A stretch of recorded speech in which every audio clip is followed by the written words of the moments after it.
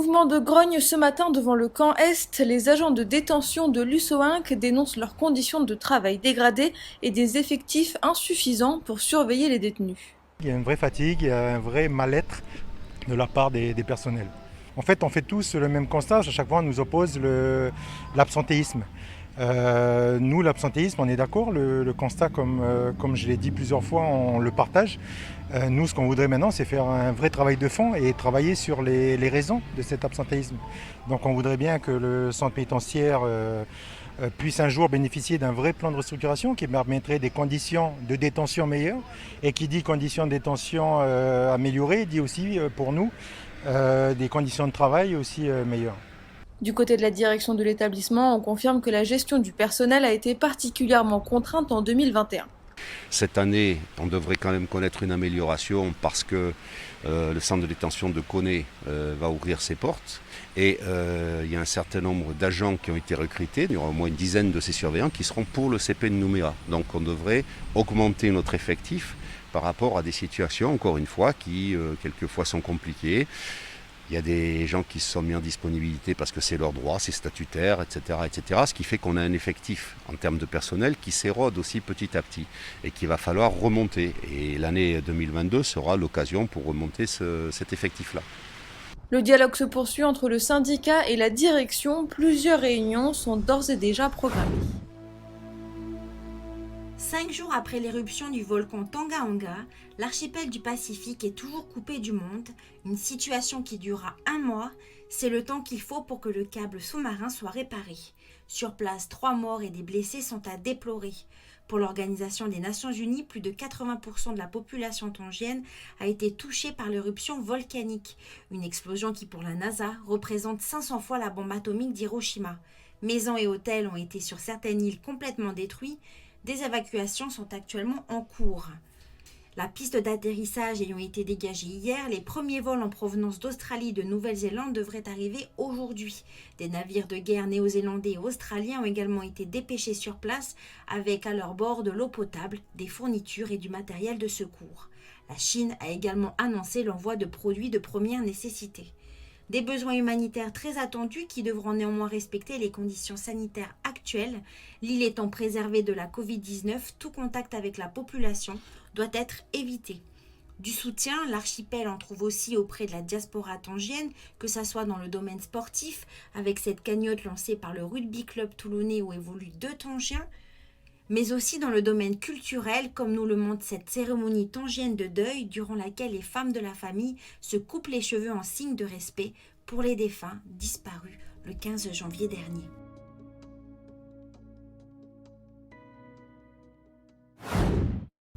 L'Institut de la statistique et des études économiques vient de publier des chiffres concernant la consommation d'alcool au pays. 19 millions, c'est le nombre de litres d'alcool, tout type confondu, consommés en moyenne par les Calédoniens en une année.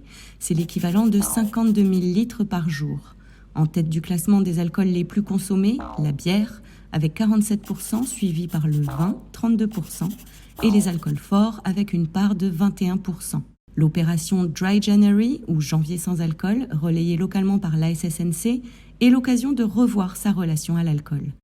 Serena a relevé le défi. Donc je me suis lancé ce défi de Dry January parce que c'était dû à ma consommation d'alcool qui a augmenté en fin d'année 2021, dû à plusieurs événements. Et donc ce petit défi pour essayer de calmer déjà ma consommation, de me remettre en question et surtout de faire une pause, de donner à mon corps de se reprendre dû à cette consommation. J'ai eu du mal avec les petites tentations, par-ci par-là, mais après avec l'aide des parents, ça s'est bien passé finalement. Et puis je me dis que c'est que pour 1 mois, donc ça va aller. Franchement, ça fait beaucoup de bien au corps. Et puis, quand on se lève le matin, on se lève de bonne heure, on est moins fatigué. Et puis, on est moins énervé aussi. Et on a moins de poids dans la tête. Enfin, on est moins chargé dans la tête. On n'a pas besoin de l'alcool pour être heureux. Et on peut s'amuser tout en dansant et tout. On n'a pas vraiment besoin de l'alcool. Un Calédonien de 15 ans ou plus consomme en moyenne 7,3 litres d'alcool pur par an. En 2020, ce chiffre était de 7,4 litres et était déjà en baisse de 1% par rapport à l'année précédente. Une consommation qui diminue légèrement donc, mais qui reste la cause principale des accidents mortels en 2021 à 65,5%. Elle a commencé son parcours l'an dernier en passant par le nord et les îles Loyauté pour enfin arriver dans le sud à l'annonce du confinement. Notre-Dame de Téné resta bloquée dans une des paroisses du Grand Sud pour reprendre sa tournée en début d'année. Hier, les paroissiens de Kanala sont venus l'attendre ici au col de Petchikara où a eu lieu la passation. Les croyants de Thio sont venus nombreux pour la confier aux chrétiens de Kanala. Premièrement, je regrette de la laisser passer. Et voilà, comme je la connais très bien, comme on faisait Téné avec les jeunes, tout ça. Et puis que c'est la première fois qu'elle sort. Elle sort de là-bas, de Mboura et de Téné. Et j'étais très contente de ça. Quand elle est arrivée chez nous, j'étais très émotionnée quand je l'ai vue rentrer dans l'église. Pendant une semaine, Notre-Dame de Téné a fait le tour des tribus de la commune de Thio. Marie-Laurentine n'a raté aucune étape de son parcours, surtout la traversée depuis la côte oubliée jusqu'au village. Elle est venue en bateau, mais on voit les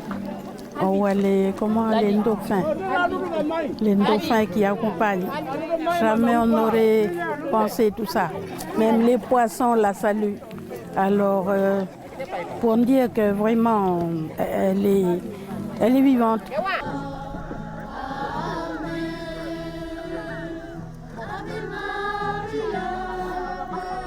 C'est en voiture que les croyants de Kanala présents vont l'emmener à la mission de Naketi où une prière va être célébrée. Notre-Dame de Téné passera une semaine ici et tous les soirs à compter de 17h, il y aura des cérémonies de prière. Aujourd'hui, c'est la Vierge Marie qui est avec nous. Et pour nous, la communauté de Naketi Kanala, il faut continuer dans ce champ. Parce que Mamie Marie, on va dire, c'est pas n'importe qui. S'il n'y avait pas Mamie Marie, il n'y a pas Jésus. Et c'est ça qu'il faut comprendre. Donc nous sommes très heureux ce soir de recevoir Mamie Marie parmi nous. Notre-Dame de Téné restera 2 semaines sur Kanala, puis se rendra à Wailou le 5 février avant de regagner son fief à Téné sur Bouraille. À noter qu'il est de nouveau obligatoire de porter son masque pour tout rassemblement quelconque. C'est dans la maison commune de la tribu de Teach à Poum qu'Henri Cardonnet, télépilote professionnel basé habituellement sur Touro, a posé ses valises. À la demande du point information jeunesse de la commune, il apprend à 13 jeunes des alentours les bases du pilotage sur des petits drones avec au passage un peu de théorie en aéronautique. Et une fois que l'air il termine sur l'aile, ça s'appelle le bord de fuite. Le bord de fuite, très bien. Donc c'est ça en fait qui nous permet en fait d'avoir notre phénomène de portance. La portance, c'est ce qui va permettre à un avion de rester en l'air et c'est ce qui va permettre à notre drone aussi de voler. D'accord ? Quand on fait ces initiations dans ce format, nos petits drones pour les enfants, on vient quand même toujours apporter une sensibilisation, notamment par rapport à la législation. C'est vrai que le drone est en plein essor en Nouvelle-Calédonie, mais on veut montrer aux jeunes, tôt même, qu'il y a quand même des règles à respecter. Donc on leur explique que, par exemple, une voiture, il y a le code de la route. Pour les drones, il y a les règles de l'air et on est soumis à la législation, notamment avec l'aviation civile. Et puis on va leur apprendre aussi toutes les règles de hauteur pour des drones si demain ils devaient avoir un drone. Descend. Descend. Voilà. Un peu de translation à droite. À gauche, très bien. Et marche avant. Voilà. Ce que j'ai aimé aujourd'hui dans la petite journée, c'est le parcours avec les drones. Tout le monde a participé, on a bien rigolé. Au début, je pensais que c'était difficile, mais après, comme Henri nous a appris à contrôler, du coup, c'était facile un peu. Par la suite, j'aurais envie d'acheter un drone. En quelques heures, les enfants prennent la main sur ce parcours. La principale difficulté, lorsque l'on découvre le pilotage d'aéronefs à vue, c'est lorsque l'on doit piloter dans le sens inverse, où les enfants doivent savoir se situer dans l'espace par rapport à l'aéronef. Et marche avant. Vas-y. Et ta rotation, super. Voilà. Pourquoi? Alors pourquoi? C'est intéressant, c'est que ici, là, quand tu revenais de l'autre côté, tu es en pilotage inversé. Donc si tu veux revenir de ce côté-là, c'est pas ton côté droit. C'est translation gauche. D'accord? Si les enfants ont le sourire, c'est également le cas pour l'animatrice du Point Pige. À défaut d'avoir un camp de vacances sur la commune, elle a pu proposer aux jeunes de l'extrême nord, le temps d'une journée, une activité qu'ils ne pratiqueraient pas en temps normal. Surtout pour essayer d'innover et puis aussi qu'ils soient plus curieux et puis de montrer aussi aux jeunes qu'il y a plusieurs activités ici dans le pays qui peuvent toucher par rapport aux autres sports qu'ils connaissent déjà. D'autres séances d'initiation au télépilotage seront proposées pour les autres tribus de la commune dans le courant de l'année. Pour les collectivités intéressées par ce genre de prestations itinérantes sur tout le territoire, il faut compter entre 8 500 et 15 000 francs de l'heure. Tu veux un petit secret? Vas-y, redécolle-le. YR2. Tu fais L2 et flèche du bas.